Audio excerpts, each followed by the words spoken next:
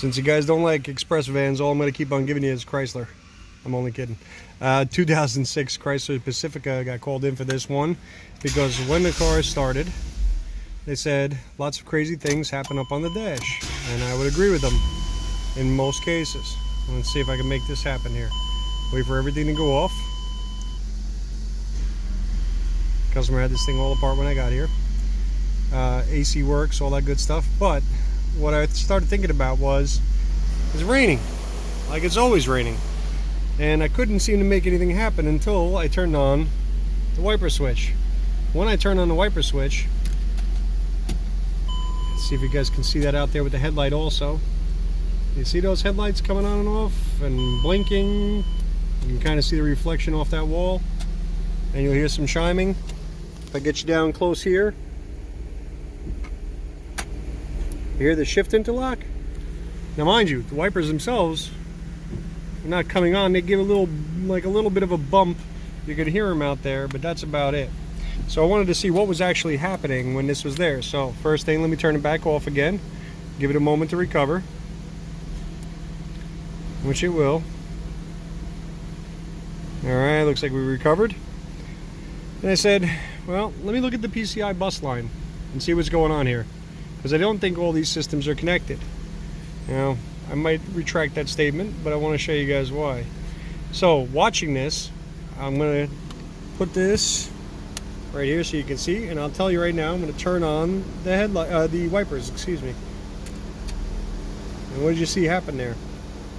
Besides the fact that the signal got ugly, look, pay attention down here at the bottom. We're no longer at the 0 mark, right? We've elevated off of ground. So the very first thought I had here was I should really start paying attention to grounds. That's with the wipers off. And then I'll turn them on again. And there's wipers on. So, scanning it, I had multiple communication codes in here. And before I started going too crazy on communication, what I wanted to do was just sit there and see if I could recreate it. Pull up the PCI bus line, because PCI bus is very, very common on Chrysler for many years. And I just decided to look at the PCI bus line, and that's what I found. So, on this car, it was easy enough. I went over there and I decided, okay, body control module's in charge of wipers, it's in charge of headlights, in charge of quite a few different things. But when I do this, clearly we can see that it makes a big change on most of these outside items. So the headlights flickering, all that good stuff. If I try to put the headlight switch on, sometimes it'll hold down like that. Yeah, there we go. So it actually doesn't do any kind of an actuation whatsoever. I turn them off, and then sometimes it'll momentarily come back. Yeah, turn the wipers off, wipers on. You can almost see that little headlight right there. And I'll turn the wipers back on. But essentially, though, this all came down to a ground issue. So I wanted to see where the BCM ground was. The BCM ground, let me hop around here, sits down here at the bottom of the pillar. This one right here is G305. That is the ground for the BCM. That BCM ground is actually not the issue. The ground is good when all the loads are there. You can load test that ground all you want, everything looks fine. The problem is that sometimes when you're looking at a ground and you see a little bit of an elevation in ground, monitor another ground on here and watch it very closely on the scope.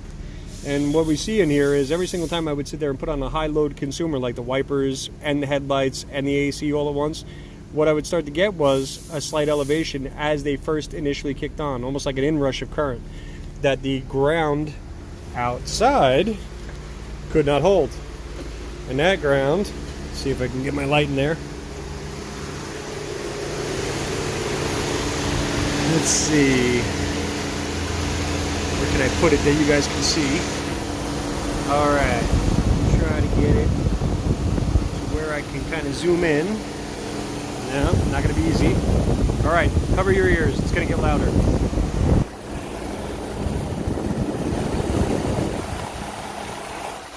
Nope, won't be able to grab it in there that way.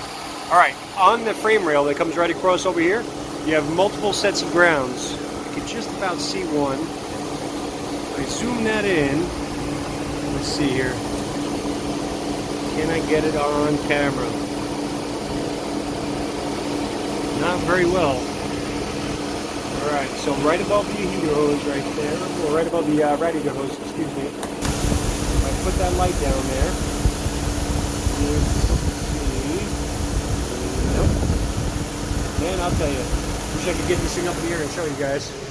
Alright, well, bottom line, that is the outside ground that is actually bad, and it's feeding back into the other ground there that goes to the BCM. So hence the reason why when the BCM ground gets elevated, it's going to interrupt our data line, and we'll have multiple other options in there like headlights and those kind of things that start to act up a little bit. So that's all it is on this one. Just, you know, pay attention to, you know, your surroundings, knowing if it's raining, looking at things like that, especially on intermittents. I guess that's really the point of this. And when you're testing your grounds, test multiple grounds. If you're really thinking you have a ground issue, watch it closely, especially when you start putting on high load consumers, something that's going to be pulling quite a bit of current. All right, and that's it. I'll end the video there. Have a good day.